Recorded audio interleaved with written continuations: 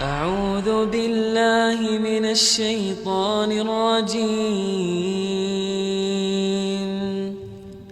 بسم الله الرحمن الرحيم.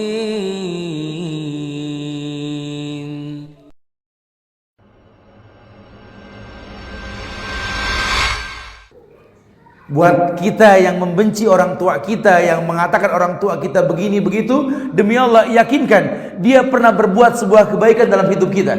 Kalau kita nggak manfaatkan rugi. Sekali-kali lihatlah orang tuamu sedang tidur, coba lihat. Ini rumus yang paling gampang kok. Anda yang tidak suka sama ayah Anda, tidak suka sama abi Anda, tidak suka. Habis ayah galaknya manusia, ya Allah, kakunya orang, aduh, masya Allah, ya sudah. Coba sekali-kali ngeliat bapakmu lagi tidur, coba lihat. Ya nggak usah ngomong lah, pokoknya dia lagi tidur, lihat aja coba dah. Siang, kalau lagi siang ketika terik matahari menyengat, dia cari tempat yang adem di balai, dia tidur. Coba lihat wajah ayah kita, coba lihat. Ya Allah, Abah, coba lihat. Ya Allah, Bapak, Ayah, Abi, Masya Allah, lihat. Perhatikan wajahnya, perhatikan. Subhanallah. Kerut di kening ayah sudah mulai banyak, lihat.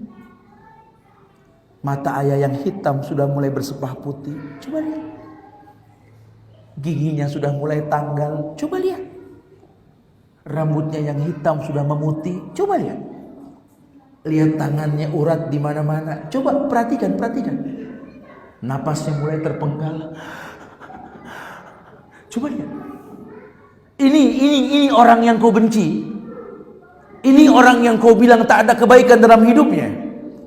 Ini orang yang kau anggap paling galak, makhluk yang jarang berbuat baik dalam hidupmu. Tatap wajahnya, lihat orang tuamu. Atau kau yang membenci ibumu, kau yang membenci ibumu. Wallahi, lihat ibumu sedang tidur, lihat. Yang selama ini kau bela istrimu, kau hujat dia. Yang kalau kau berikan dia dengan sembunyi-sembunyi karena takut diomelin sama istri, lihat ibumu sedang tidur, lihat. Ya Allah, daging tua yang sedang tidur. Coba lihat, ya Allah, mama. Coba lihat. Ya Allah, kerut di kening mama sudah mulai banyak. Coba lihat. Mata mama yang hitam sudah mulai bersepah putih. Coba lihat. Pipinya yang cabi sudah mulai turun. Lihat, tatap wajahnya. Giginya sudah mulai tanggal. Matanya yang indah sudah mulai bersepah putih. Coba lihat.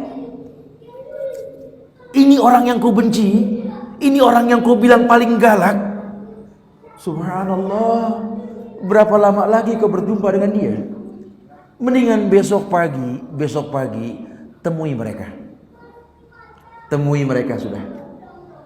Ambil tangannya, cium, rasakan wangi kulitnya. Rasakan wangi kulit orang tua kita.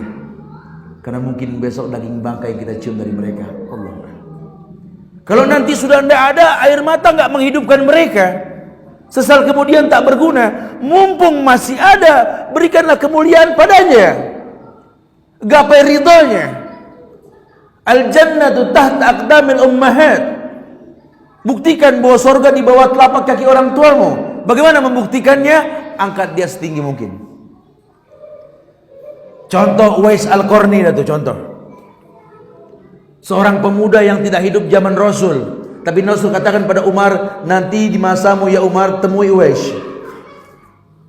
Siapa dia ya Rasulullah? Orang yang akan hidup di zamanmu nanti. Orang yang belum ada, Nabi sudah muliakan dia. Kenapa? Karena Uwais Al-Qarni kalau sudah mengangkat tangan ke langit, langit bergetar. Karena dalam sebuah hadis tentang Isra Mi'raj, Nabi pernah melihat ada lebih dari 30 malaikat berebut kepada Allah minta izin. Minta izin untuk membawa ijabah doa. Karena ada orang yang mengatakan Alhamdulillah di sela-sela ujian berat dalam hidupnya. Ya, dikaitkan dengan ini. Kalau Uwais sudah mengangkat tangan ke langit, langit bergetar. Tapi nggak ada satu ulama pun yang mengatakan Uwais itu penghafal Quran. Tidak.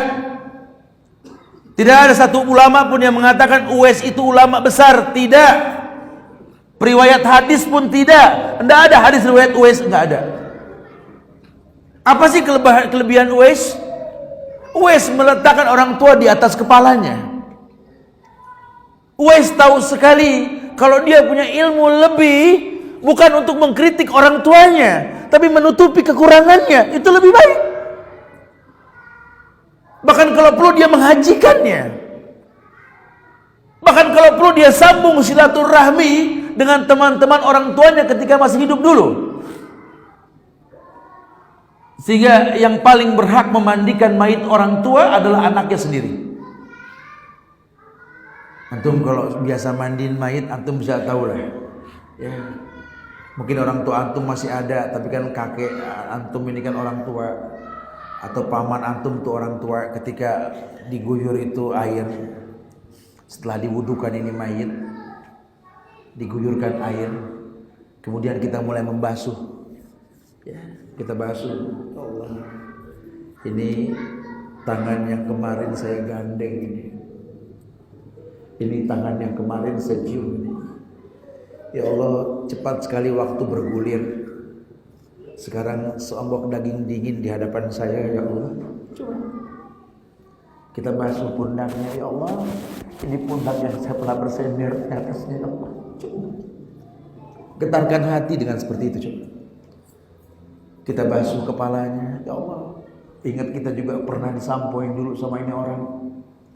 Kita bersihkan. Maka kalau anak lebih mencintai lah membersihkan kukunya, giginya. Sampai kita tahu bahwa kita pun akan seperti itu. Wal jaza bi jinsil amal, balasan tergantung perbuatan. Balasan tergantung perbuatan. Allah akan buktikan anakmu pun akan seperti itu denganmu. Apa sih yang kita banggakan dalam hidup ini? Yang kita butuhkan cuma ada orang yang mentalkinkan kita nanti kan? Ketika kematian mendatangi kita, badan terbujur kaku, mata terbelalak menghadap langit. Napas mulai terpenggal. Saat itu kan yang kita butuhkan talkin kan? Anak yang memegang tangan kita mengatakan, Abu ya la ilaha illallah, la ilaha illallah, la ilaha illallah, la ilaha illallah. Abu ya la ilaha illallah, la ilaha illallah, la ya Allah ya Allah. Inna ruh idza qubida tabi'ahul basar, kata Rasulullah. Ruh tuh kalau dicabut mata ngikut. Selesai sudah. Mungkin kita menangis membimbing orang tua hingga akhir hayatnya dengan la ilaha illallah. Tapi tangis bahagia karena membimbing mereka husnul khatimah. Man kana akhiru kalamihi la ilaha illallah dakhala jannah. Orang yang akhir kalimatnya la ilaha illallah, surga. Mungkin dia diazab. Dia manusia. Tapi Nabi pernah dibentangkan alam kubur. Rasulullah alam barzah. Nabi melihat ada orang yang sedang dicambuk oleh malaikat. Dicambuk. Wallahi berhenti cambuk malaikat tersebut. Bertanya ini mayit, ya malaikat, lima takifu min darbik. Wahai malaikat, kenapa kau hentikan cambukanmu untukku? Aku orang yang layak dicambuk. Apa kata malaikat? Kaifa adribuk wa waladuk istaghfar lak daim. Bagaimana aku bisa mencambukmu sementara anakmu di dunia selalu beristighfar untukmu? Bahkan istighfar anak yang saleh menghentikan cambuk malaikat untuk orang tua dalam kubur. Dahsyatnya memiliki anak yang saleh. Dahsyatnya dapat ridho orang tua. Maka sungguh merugi sekali kalau sampai Nabi mengatakan rugi ma'anfu, rugi.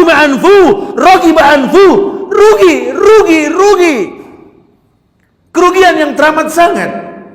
Orang yang didekati oleh kebaikan tak bisa menggapai kebaikan. Wabil walidaini ihsana imma yablughanna indakal kibara ahaduhuma aw kilahuma fala taqul lahumā uff. Sampai ukurannya fala taqul lahumā uff. Itu beda-beda terjemahannya. Ada yang cicu, ada yang ambil napas. Begitu aja nggak boleh loh. Subhan, ambilin air. Iya, cepat. Iya, nggak boleh tuh. Iya, insyaallah. Langsung iya, udah iya aja lah, orang tua sudah iya aja lah. Jangan pernah menentang, karena memang keberkahan hidup karena itu gitu loh. Ya apa artinya harta yang banyak, anak buah yang banyak, tanah yang luas, istri yang cantik, anak yang lucu, kalau kita nggak akur sama orang tua, apa artinya? Nggak ada manfaat hidup. Kau mulia di mata manusia, tapi kau dibenci sama orang tuamu, wallahi kerugian dalam hidupmu. Ini yang bikin gemeter Abu Hurairah ini. Ketika dia masuk Islam, ibunya nggak mau tegur dia. Dia datang ke Rasulullah, ya Rasulullah, berdoalah untuk ibuku ya Rasulullah. Dia tidak mau menegurku ketika aku masuk Islam. Abdurrahman bin Sakhar ini. Nabi mengangkat tangan ke langit berdoa. Dia tahu kalau Nabi sudah berdoa mustajab. Maka dia kembali ke ibunya mengucapkan salam. Ibunya pun mengatakan waalaikumsalam. A'udzu billahi minasy syaithanir rajim. Bismillahirrahmanirrahim.